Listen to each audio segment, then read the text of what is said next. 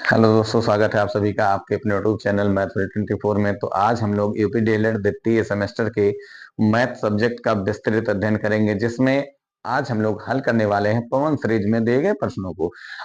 उम्मीद यही है कि आपको जो भी प्रश्न बताए जाएंगे पूरी तरीके से 100% समझ में आ जाएंगे। तो यहाँ अगर आप लोग अभी तक कापी कलम लेकर नहीं बैठे हैं तो आप लोग कापी और कलम लेकर बैठ जाएं, जिससे जो भी आपको महत्वपूर्ण बातें बताई जाएं आप उन्हें नोट कर लें, ताकि आपको आपके पेपर में बहुत ही सरलता से क्वेश्चनों के आंसर मिल जाएं।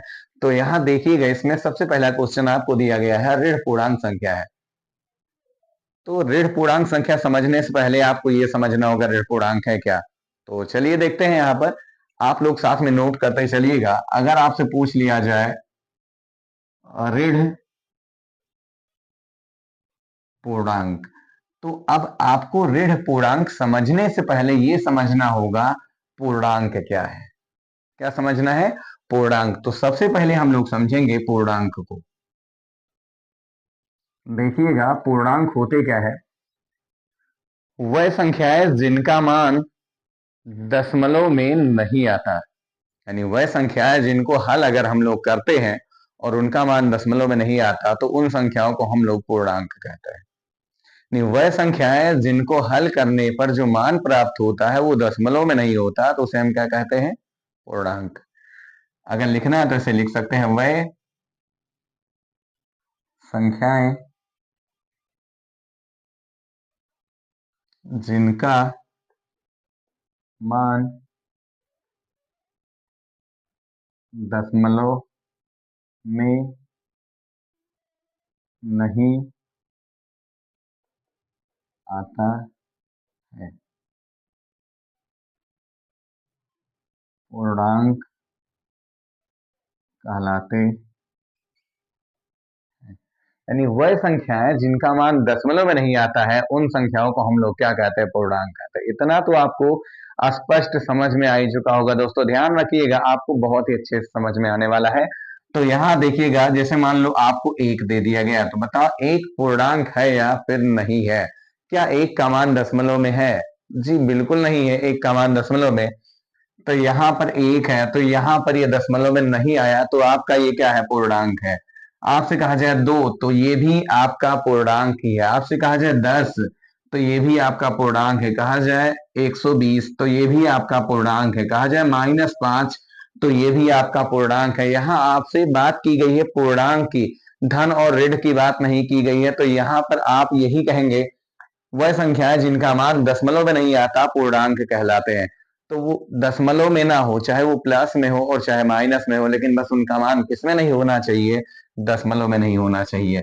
कह दिया जाए -12, तो बताइएगा ये पूर्णांक है या नहीं है? जी बिल्कुल है, क्योंकि यहाँ मान दशमलव में नहीं है। कह दिया जाए -7, तो ये भी किसमें है? दशमलव में तो नहीं है। भले वो माइनस में है पर दशमलव में नहीं है, तो इसलिए हम लोग इसको भी क्या कहेंगे? पूर्णांक कहेंगे। तो देखिएगा, यहाँ पर पूर्णांक आपके दो प्रकार से है, कि एक तो है धन पूर्णांक और एक आपका क्या है? ऋण पूर्णांक। तो ये आपको दिए गए जहां कोई चिन्ह नहीं लगा होगा, याद रखिएगा, जहां कोई चिन्ह नहीं लगा होगा, यानी जिस संख्या का चिन्ह कुछ भी नहीं दिखाई दे रहा होगा, समझिएगा वो धनात्मक होगा। तो यहाँ पर कोई चिन्ह नहीं लगा था, तो ये समझ गए कि धनात्मक है। देखो यहाँ भी कोई नहीं लगा, तो ये भी क्या? धनात्मक है। पर यहाँ आपको ऋणात्मक दिखाई देगा, यानी माइनस दिखाई दे रहा है, तो ऋणात्मक है। ये भी ऋणात्मक और ये भी ऋणात्मक है। तो आपको ये समझ लेना है कि कौन सा धन है और कौन सा ऋण है। तो देखिएगा, आपका पहला विकल्प -3/5। माइनस तो है ही, ध्यान रखिएगा। अगर ये माइनस है और 3/5 दिया है, मतलब आपको कह रहा है कि 3 में भाग दीजिए 5 से। 3 में भाग दीजिए 5 से, चिन्ह तो माइनस का है, माइनस रहेगा। 5 का पहाड़ा पढ़िए, 3 से ज्यादा ना हो, तो ऐसे भाग दिया जाएगा। 5 से भाग देना है किसमें? 3 में। 5 शून्यम शून्य, 5 शून्यम शून्य, माइनस कीजिएगा, 3 बचा, हो गया। पॉइंट जब लगाया तो यहाँ हो गया 30। 5 6 के 30, 5 6 के 30, पूरा पूरा क्या हो गया? कट गया। तो यहां से आपको मान मिल गया 0.6। अगर यहाँ पर मान दशमलव में मिला है, तो आप कह सकते हैं कि ये पूर्णांक नहीं होगा। क्या नहीं होगा? ये पूर्णांक बिल्कुल भी नहीं होगा, क्योंकि ये मान दशमलव में दे दिया गया है। आपको इस तरीके से यहाँ दिखाई दे रहा होगा, ये तो जीरो है ना, तो प्लस है ना, ये माइनस है। बात यहाँ रूट लगा हुआ, रूट लगा है, तो समझिएगा वो पूर्णांक नहीं है, वो अपूर्णांक है। जिन संख्याओं के मान हल करने के पश्चात दशमलव में मिलते हैं, जिन संख्याओं को हल करने के पश्चात मान दशमलव में मिलते हैं, उन संख्याओं को हम लोग क्या कहते हैं? अपूर्णांक कहते हैं। सेम यहीं से परिभाषाएं ली जाएंगी। वह संख्या जिनका मान दशमलव में आता है, वह संख्या जिनका मान दशमलव में आता है, उन्हें हम लोग क्या कहते हैं? अपूर्णांक कहते हैं। तो यहाँ देखिएगा, आपका विकल्प बी ऑप्शन जो होगा वो सही होगा। जो आपका ऑप्शन बी है वो बिल्कुल सही हो जाएगा। क्यों? क्योंकि यहाँ पे देखिएगा माइनस है और फिर पॉइंट में भी नहीं है। तो ये समझिएगा, जीरो ना तो धन होता ना ही ऋण होता। तो यहाँ पर पूर्णांक आपका है कौन? माइनस में 5। यही आपका ऋण पूर्णांक है। आगे माइनस भी लगा है, दशमलव में नहीं है, तो यही आपका क्या होगा? पूर्णांक होगा। तो ये आपका पहला उत्तर सही हो जाएगा। अब आप कारण सहित इसको नोट करते चलेंगे कि क्यों है ये पूर्णांक, मतलब इसे पूर्णांक क्यों कहा गया, और यहाँ ऋण कहा गया है। अगर आपसे धन पूछेगा तब भी आप बता पाएंगे कि धन पूर्णांक क्या है। और यही नहीं, बल्कि आपसे अगर अतिलघु उत्तरीय प्रश्न में पूछ लिया जाए कि पूर्णांक क्या है, पूर्णांक किसे कहते हैं, उदाहरण सहित स्पष्ट कीजिए, तो आप उसकी परिभाषा भी जरूर लिख सकते हैं। आपको नंबर अवश्य ही मिलेंगे पूरे पूरे, कोई दिक्कत इसमें होने वाली नहीं है। तो आप इसको जरूर नोट कीजिएगा। चलिएगा, इसको हल करने के बाद देखते हैं आज का दूसरा क्वेश्चन। तो अगर ये आपको कारण लिखना होगा तो आप लोग इसे नोट कर सकते हैं, चाहे वीडियो को रोक कर या फिर स्क्रीनशॉट लेकर के। तो अब इतना देखिएगा, इसको हल करने के बाद हम लोग पहुंचते हैं अपने क्वेश्चन नंबर 2 पर। किस पर पहुंचते हैं? क्वेश्चन नंबर 2 पर। तो यहां देखिएगा, दिया गया है आपको 9, 12, 18 का लघुत्तम समापवर्तक। 9, 12, 18 का लघुत्तम समापवर्तक है। यहाँ पे समापवर्तक नहीं होना चाहिए दोस्तों, ध्यान रखिएगा। समापवर्तक, अपवर्तक मतलब होता है काटने वाला, समापवर्तक मतलब पूरा पूरा काटने वाला होता है समापवर्तक। पर यहाँ पर समापवर्तक नहीं होगा। जो तीन संख्याओं से कट जाएगा उसे हम लोग अपवर्त्य कहेंगे। तो ये बन जाएगा आपका, जो आपका यहाँ पे समापवर्तक लिखा हुआ है उसकी जगह पे होना चाहिए समापवर्त्य। तो यहाँ पर होगा 9, 12, 18 का लघुत्तम समापवर्त्य है। अगर पेपर में गलती से आ ही जाता है कि समापवर्तक है, तो भी आप यही काम करेंगे। अगर लघुत्तम दिया तो चाहे लघुत्तम दिया, लघुत्तम समापवर्तक कहा जाएगा, चाहे लघुत्तम समापवर्त्य कहा जाएगा। वैसे समापवर्तक कहना गलत है, समापवर्त्य सही है। ठीक, यानी जो पूरा पूरा कट जाता है उसे अपवर्त्य कहते हैं, ध्यान रखिएगा। तो वह छोटी से छोटी संख्या। अब एक बात ये भी समझनी है, आपको यहाँ तीन संख्या दी गई है, 9, 12, 18 का लघुत्तम समापवर्तक दिया है, पर पढ़ेंगे क्या आप? समापवर्तक है। तो इसमें आपको चार विकल्प दिए गए, 45, 36, 9 और 27। इसमें आपको हल करना है। तो यहां से देखिएगा कैसे हल करते हैं। थोड़ा इसको मिटा दें क्योंकि अभी बताना होगा। तो इसके लिए चलिएगा हम लोग नोट करते हैं। अगर पेपर में आपसे पूछ लिया जाए लघुत्तम समापवर्तक या लघुत्तम समापवर्त्य किसे कहते हैं,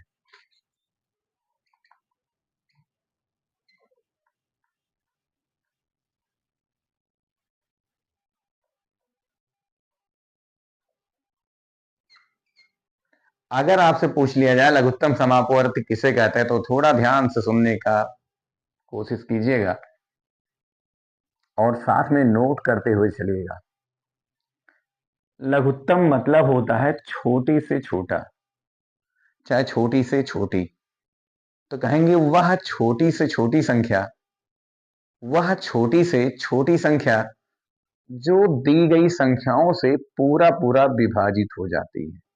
वह छोटी से छोटी संख्या जो दी गई संख्याओं से पूरा पूरा विभाजित हो जाती है, उन संख्याओं की लघुत्तम समापवर्त्य कहलाती है। उन संख्याओं की क्या कहलाती है? लघुत्तम समापवर्त्य कहलाती है। इतना ध्यान दीजिएगा, इसी को आप एलसीएम भी कहते हैं। तो इतना आप समझ गए हैं। अब देखिएगा एलसीएम निकाला कैसे जाता है। आपका जो क्वेश्चन दिया है, जब भी आपको एलसीएम निकालने के लिए कहेगा तो आप ऐसे ही बढ़िया आरेख खींचेगा और यहाँ ऊपर लिख दीजिएगा जो संख्या दी गई होगी। 9 दी गई है, 12 है और 18 है। अब आप इनको काटते जाइए, जिन भी छोटी से छोटी संख्याओं से कट रहे हैं। तो सबसे पहले हम लोग चेक करेंगे 2 से, क्या ये सभी संख्याएं 2 से कटती हैं? अगर सब कटेंगी तो भी ठीक है, नहीं कटेंगी, एक एक कटेगी तब भी ठीक है। हमें काटना ही है, तो सबसे पहले 2 से देखिए क्या कोई कट रही है। 9 तो नहीं कटेगा, 2 चौके 8, 2 पंचे 10, 9 बीच में आ गया, नहीं कट पाया। पर 2 छके 12 और 2 नवा 18 जी कट रहा है तो बिल्कुल काट दो। तो एक बात ध्यान, जो कटे उसे काटिए, जो नहीं कटे उसे वैसे ही आप उतार दीजिएगा। 9 नहीं कटा उसे नोट कर दो, और 2 छके 12 और यहां हो गया 18, 2 नवा 18। बात की गई यहां पर फिर से किसकी? 2 की। क्या अब भी 2 से कट रहा है? जी कट रहा था, 2 तिहाई 6। जी कट रहा है तो बिल्कुल 9 नहीं कटेगा, रहने दो। 2 तिहाई 6 और फिर 9 नहीं कटा, रहने दीजिए। फिर एक बार चेक कीजिए, क्या ये संख्याएं कट रही हैं 2 से? जी नहीं कट रही है। 3, ये 2 चौके 8, 2 पंचे 10, नहीं कटा। 2 का नम 2, 2 दूना 4, 3 भी नहीं कटा। तो यहाँ 3 से चेक कीजिएगा। 3 तिहाई 9, फिर 3 अकन्नम 3, और फिर 3 तिहाई 9। क्या अब ये 3 से भी कट रहा है? जी बिल्कुल कट रहा है। 3 अकन्नम 3। यहां पर सभी संख्याएं पूरा पूरा कर चुकी हैं, और जो शेष यहां बच रहा था काटने के बाद सब एक हो चुका है। अगर आप कब तक काटते जाएं, इस प्रक्रिया में आपको तब तक काटते जाना है जब तक सब एक नहीं हो जाते, तब तक। तो अब जो आपको मिली हुई संख्याएं हैं वो 2, 2, 3, 3। जो भी संख्याएं आपको प्राप्त होंगी भाजक के रूप में, उनका आपस में गुणा कर दीजिएगा, वही आपका एलसीएम होगा। 2 दूना 4, 4 तिहाई 12 और 12 तिहाई 36। कहेंगे नीचे आप लिख सकते हैं, यहाँ ऐसे लिखेंगे एलसीएम यानी लघुत्तम समापवर्त। 2 गुणे 2 गुणे 2, 2 गुणे 2 गुणे 3 गुणे 3। 2 गुणे 2 गुणे 3 गुणे 3, 2 दूना 4, 4 तिहाई 12 और 12 तिहाई 36। तो ये आपका आंसर हो गया 36। अगर आपको कोई विकल्प मिल रहा होगा 36, तो आप बिल्कुल लगा दीजिएगा 36। इतना तो आप समझ चुके होंगे, यहां तक आपको कोई दिक्कत होने वाली है नहीं। समझ चुके हैं ना इतना? तो आप लोग इसको थोड़ा जल्दी नोट कीजिएगा, फिर आपको बताते हैं आपका अगला प्रश्न। थोड़ा जल्दी नोट कीजिएगा। तो देखिएगा आपका अगला प्रश्न क्या है। निम्नलिखित में से कौन सा परमेय संख्या नहीं है? निम्नलिखित में से कौन सा परमेय संख्या नहीं है? तो यहां समझिएगा परमेय संख्या होती क्या है। सबसे पहले तो ये समझिए परमेय संख्या होती क्या है, फिर आप समझ जाओगे परमेय है या फिर नहीं है, और अगर नहीं है तो कौन नहीं है तो कौन है। तो यहां देखिएगा परमेय संख्या साथ में नोट करते हुए चलिएगा। आपको केवल यही बहुविकल्पीय ही नहीं मिलेंगे, बल्कि इस प्रकार से कोई भी प्रश्न पूछा जाएगा तो आपका जरूर हल हो जाएगा, यदि आप बहुत ही आसान तरीके और अच्छे तरीके समझते जा रहे हैं। तो आप अपने समय का 100% यहाँ पर ध्यान से समझिएगा, तो आपको क्वेश्चंस जरूर समझ में आ जाएंगे। यहाँ समझिएगा परमेय संख्या, जैसे पेपर में दे सकता है परमेय संख्याएं किसे कहते हैं, उदाहरण सहित स्पष्ट कीजिए। कौन संख्याएं परमेय संख्याएं किसे कहते हैं, उदाहरण सहित स्पष्ट कीजिए। तो सबसे पहले समझिएगा परमेय संख्याएं होती क्या है। तो आपको इसमें समझना है, साथ में नोट करते हुए चलिएगा। वह संख्याएं वह संख्याएं जिनका दशमलव प्रसार वह संख्याएं जिनका दशमलव प्रसार अशांत आवर्ती होता है या फिर शांत होता है। सुनिएगा और यहां लिखते चलेंगे। वह संख्याएं जिनका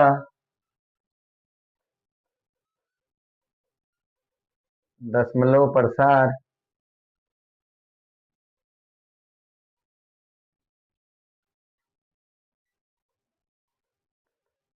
शांत या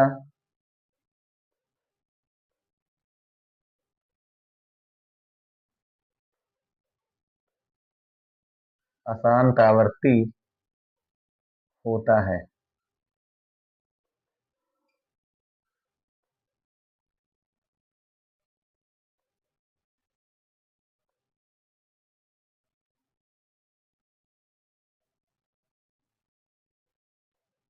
परमेय संख्या कहलाती है।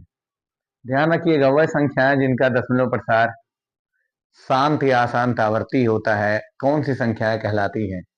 परमेय संख्याएं कहलाती है। इतना तो आपको स्पष्ट हुआ होगा। अब यहाँ पर कुछ बातें आपको समझनी है कि इसमें शांत क्या होता है। दशमलव प्रसार का तो मतलब होता है दशमलव रूप। किसी भी संख्या को दशमलव के रूप में लिखने पर अगर आपको शांत दशमलव रूप मिल रहा है, यानी जो दशमलव रूप प्राप्त होगा अगर वो शांत है तो भी आप कहोगे परमेय है, और अगर शांत नहीं है, अशांत आवर्ती है, तब भी आप कहोगे कि ये क्या है, परमेय संख्या है। तो इसके लिए आपको समझना क्या, शांत होते क्या है, वह संख्याएं जिनको हल करने पर आपको पूरा पूरा मान प्राप्त हो जाए, यानी जब भी आप किसी संख्या को काटें तो पूरा पूरा कट जाए, तो आपका जो मान होगा वो शांत दशमलव प्रसार होगा। और अगर पूरा पूरा नहीं कट रहा है बल्कि बढ़ता हुआ जा रहा है तो उसे आप क्या कहेंगे, अशांत। जैसे अगर पूरा पूरा कट गया तब तो आप क्या कहेंगे, शांत। और पूरा पूरा नहीं कटा, बढ़ता हुआ जा रहा है तो उसे क्या कहेंगे, अशांत। अब अशांत भी दो प्रकार का होता है। अशांत कितने प्रकार का होता है, दो प्रकार का। हो सकता है क्रम निश्चित हो और हो सकता है क्रम निश्चित ना हो। तो यहां पर समझिएगा परमेय और अपरमेय के लिए, जैसे मान लो आपको मिल जाए 21/2, क्या मिल जाए, 21/2। अब इसको भाग दीजिएगा, 2 फिर 2 2 शून्य शून्य, पॉइंट लगा दो, एक बच गया होगा, दशमलव लगाने के बाद एक जीरो आएगा, हो जाएगा 10, 2 पंचे 10, यानी ये पूरा पूरा कट गया। और पूरा पूरा कट गया तो ये शांत हो गया, और अगर ये शांत है तो फिर समझिएगा ये परमेय जरूर होगा। इस तरीके से आपको समझना है। हो गया हो 21 बटा, मान लो दे दिया जाए 21/3, तो 3 सते 21, पूरा पूरा कट गया। तो पूरा पूरा कट गया तो क्या है, ये शांत ही है। और अगर शांत है तो ये भी क्या होगा, परमेय ही होगा। अब देखिएगा कह रहा है 20/3, मतलब 20 में आप 3 से भाग कीजिए तो 3 छके 18, 2 बच गया होगा, दशमलव लगाएंगे तो 2 के बगल में जीरो बढ़ाएंगे, हो जाएगा 20, फिर 3 छके 18, फिर 2 बच जाएगा, हो जाएगा 20, 3 छके 18, फिर 20, 3 छके 18। ये कटेगा नहीं, हमेशा 2 शेष बचता हुआ चला जाएगा और आपका 6 रिपीट होता हुआ चला जाएगा। तो ऐसे दशमलव रूप को हम लोग कहेंगे अभी रुकने का नाम नहीं ले रहा है, बस दौड़ता हुआ जा रहा है, और कहां तक, कभी पूरा पूरा नहीं कट पा रहा है, अनंत तक जा रहा है, तो इसे कहेंगे अशांत। क्या कहेंगे, अशांत। लेकिन अगर वही क्रम रिपीट हो रहा है, अगर दशमलव के बाद जो संख्याएं हैं अपने निश्चित क्रम पे रिपीट हो रही है, तो उसे कहते हैं आवर्ती। क्या कहते हैं, आवर्ती। तो इस प्रकार से आपका हो जाता है अशांत आवर्ती। तो इस दशा में भी क्या होगा, परमेय ही होगा। जिस भी संख्या से प्राप्त है वह संख्या परमेय कहलाएगी। क्या कहलाएगी, परमेय। अतः 20/3 क्या है, परमेय है। अब यहां से आपको समझना है कि आपको अगर विकल्प रूप में मिल जाए तो परमेय अपरमेय की पहचान कैसे करेंगे। तो बस याद रखिएगा, परमेय के लिए रूट ना बचे, जैसे आप उसको हल कीजिए तो रूट नहीं बचना चाहिए। अगर रूट बच गया तो परमेय नहीं होगा, रूट नहीं बचेगा तभी वो आपका परमेय होगा। तो कहा गया रूट ना बचे। अगला पॉइंट, पाई ना लगा हो।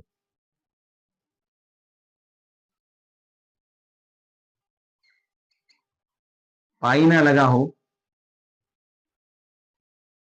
और एक तीसरा पॉइंट है, अशांत अनावर्ती हो। जो दशमलव रूप है वो क्या हो, अशांत अनावर्ती हो, तो भी क्या होगा, अपरमेय होगा। अशांत अनावर्ती है, जैसे 2 0 1 डबल 0 1 ट्रिपल 0 1, इसी प्रकार से बढ़ता हुआ चला जाएगा। तो ये अशांत अनावर्ती है, संख्या रिपीट तो हो रही है लेकिन क्रम निश्चित नहीं है। 0 1 आ रहा है, डबल 0 1 आ गया, 3 0 के बाद 1 आ गया। तो यहाँ इस तरीके से संख्याएं रिपीट तो हो रही है लेकिन उनका क्रम निश्चित नहीं है, तो ये हो गया अशांत अनावर्ती। तो ये अपरमेय में जाएगा। अब यहां पर ये सब अगर व्यवस्थाएं नहीं है तो परमेय है, और अगर ये सब व्यवस्थाएं हैं तो फिर क्या है, अपरमेय। अगर पाई लगा है तो भी अपरमेय है, रूट बच गया है तो भी अपरमेय है, अशांत अनावर्ती है तो भी अपरमेय है। यहां पे ना हो होना चाहिए जी। यहां परमेय के लिए होगा अशांत अनावर्ती ना हो, अर्थात चाहे शांत हो और चाहे आवर्ती हो। तो यहां देखिएगा आपका जो क्वेश्चन दिया गया है, क्वेश्चन तीसरा, यहां पाई मिल रहा है तो यही विकल्प हो गया आपका सही उत्तर। निम्नलिखित में से कौन सा परमेय संख्या नहीं है? तो यहाँ देखिएगा, पाई नहीं लगा होगा तब परमेय होगा, और अगर पाई लगा होगा तो परमेय नहीं होगा, अपरमेय होगा। इसके बाद देखिएगा, आपका चौथा क्वेश्चन है 9.5 का स्क्वायर का मान होगा। तो देखिएगा 9.5 का स्क्वायर, 9.5 का स्क्वायर यदि आपको निकालना तो बहुत आसान सा तरीका है। 0.1 अंक पर है तो 0.1 अंक पर है तो 1 दूना 2 अंक पे लगाना है। कितने अंक पे लगाना है? 2 अंक पे। लेकिन पहले हल कर दो फिर 2 अंक पे लगा देना। 5 पचे, पहले इकाई अंक का वर्ग कीजिएगा। 5 पचे 25, 25 के 5, 5 पचे 25 के 5। फिर इन तीनों अंकों का आपस में गुणा कर दीजिए। 5 5 नवा 45, 5 नवा 45, 45 दूना 90, 5 नवा 45, 45 दूना 90 और 2 शेष बचा हुआ था। 90 और 2 92 के 2 हासिलाए 9, 92 के 2 हासिलाए 9। अब यहाँ 9 बचा हुआ, इसका भी स्क्वायर कर दीजिए। 9 का गुणा 9 में कर दीजिए। 9 नवा 81, 9 नवा 81 में आपको जोड़ना है कितना? 9। 81 और 9 90। देखिएगा 5 का वर्ग, 5 का वर्ग 25, 25 के क्या लिखेंगे? 5, हासिल बच गया 2। 9 पचे 45 दूना 90 और 2 92 के 2 हासिल आए 9, 9 नवा 81, 81 में 9 जोड़ेंगे हो जाएगा 90, पर 0.2 अंक पे लग जाएगा तो आपका हो जाएगा 90.25, और 90.25 आपका पहला विकल्प दिया गया, यही होगा आपका राइट आंसर। तो यहां तक आपको समझ में आ चुका होगा। इसके बाद देखिएगा, आपका 5वां प्रश्न है, वर्ग 40 50 का मध्य बिंदु है। वर्ग 40 50 का मध्य बिंदु क्या है? यानी 40 से 50, 40 से 50 का मध्य बिंदु क्या होगा? तो मध्य बिंदु के लिए आप करेंगे क्या? दोनों को जोड़कर 2 से भाग कर दो, मध्य बिंदु मिल जाएगा। जो आपको वर्ग अंतराल दिया गया हो वहां पर दोनों को जोड़कर 2 से भाग कर दो। 50 और 40 कितना हो गया? 90। 50 और 40 कितना हो गया? 90। अब आप 90 में भाग कर दो 2 से, 2 चौके 8, 1 बच गया 10, 2 पंचे 10, 45 आ गया। आपका विकल्प 45 क्या हो गया? सही हो गया। तो इस तरीके से आप इसको भी हल कर सकते हैं। यहां देखिएगा 6वां क्वेश्चन, सबसे छोटा पूर्णांक है। अब जो आपका सबसे छोटा पूर्णांक है, पूर्णांक तो आपका दो प्रकार का हुआ, एक धन पूर्णांक, एक ऋण पूर्णांक। तो यहां समझिएगा, ये रहा आपका 0, 0 से आप धनात्मक दिशा में जाएंगे 1 2 3 4 5 6 7 8 9 10, डॉट डॉट कहां तक? अनंत तक, क्योंकि संख्याओं का अंत नहीं हो रहा है। और जब संख्याओं का अंत नहीं होगा तो कहेंगे संख्याओं का अंत ही नहीं हुआ, उसे एक नाम देते हैं कि संख्याएं कहां तक जाती हैं? अनंत तक जाती हैं। कहां तक जाती हैं? अनंत तक, अर्थात इनकी कोई सीमा नहीं है। ऐसे ही आप माइनस में चलेंगे तो -1, -2, -3, -4, -5, -6। -1 से छोटा कौन है? -2। यानी एक कर्जा है तब छोटे हैं कि जब 2 कर्जा हो गए तब, या 5 कर्जा हो गए तब। जितने माइनस में जाएंगे उतने छोटे होते जाएंगे, और ये भी बढ़ता हुआ चला जाएगा अनंत में। इसका भी अंत नहीं होगा, माइनस अनंत। मतलब ये है, इसकी कोई परिभाषा ही नहीं है, इसे अपरिभाषित भी कहा जाता है। तो यहाँ जो पूर्णांक है इसमें सबसे छोटा पूर्णांक भी कोई नहीं है और सबसे बड़ा भी कोई नहीं है। यहाँ पर कोई निश्चित नहीं है कि कौन सबसे छोटा होगा। जैसे आपसे कोई कहते माइनस में 100 है, बहुत छोटा है, आप बता दो माइनस में 101 तो उससे भी छोटा है। कोई कहे माइनस में 1000 छोटा है, कह दो माइनस में 1001 तो उससे भी छोटा है। कह दिया जाए माइनस 1,00,000 छोटा है, कह दो माइनस 1,00,001 उससे भी छोटा है। इस तरीके से आपका कोई भी संख्या यानी कोई भी पूर्णांक सबसे छोटा नहीं हो सकता, और ना ही कोई पूर्णांक सबसे बड़ा होता है। तो यहां है इसमें 1 0 -1 और इनमें से कोई नहीं। तो 1 आपका धन पूर्णांक है, 0 तो आपका 0 है ही, यहां पर आपको देखना है। -1 ये आपका ऋण पूर्णांक है, 0 ना तो धन होता है और ना ही ऋण होता है। तो यहां बात करेंगे सबसे छोटा, तो यहां पर आपने अभी ऊपर पढ़ा है सबसे छोटा कोई नहीं होता, तो इनमें से कोई नहीं विकल्प आपका क्या होगा? सही होगा। इनमें से कोई नहीं विकल्प आपका सही होगा। अगर यहां लिखा होता अपरिभाषित तो आप जरूर लिख देते अपरिभाषित सही होगा, अर्थात इसकी कोई परिभाषा नहीं है कि सबसे छोटा कौन है। समझ गए ना इतना? तो उम्मीद है आपको आज की क्लास बहुत ही अच्छा समझ में आई होगी। इसमें जितने भी क्वेश्चंस बताए गए आपको बहुत ही अच्छे तरीके से समझ में आए होंगे। तो यदि आपको वीडियो पसंद आई हो और आपको जो प्रश्न बताए गए वो सब समझ में आ गए हों तो आप वीडियो को लाइक, कमेंट, सब्सक्राइब करना ना भूलें। तो आज की क्लास यहीं समाप्त की जा रही है। जय हिंद दोस्तों।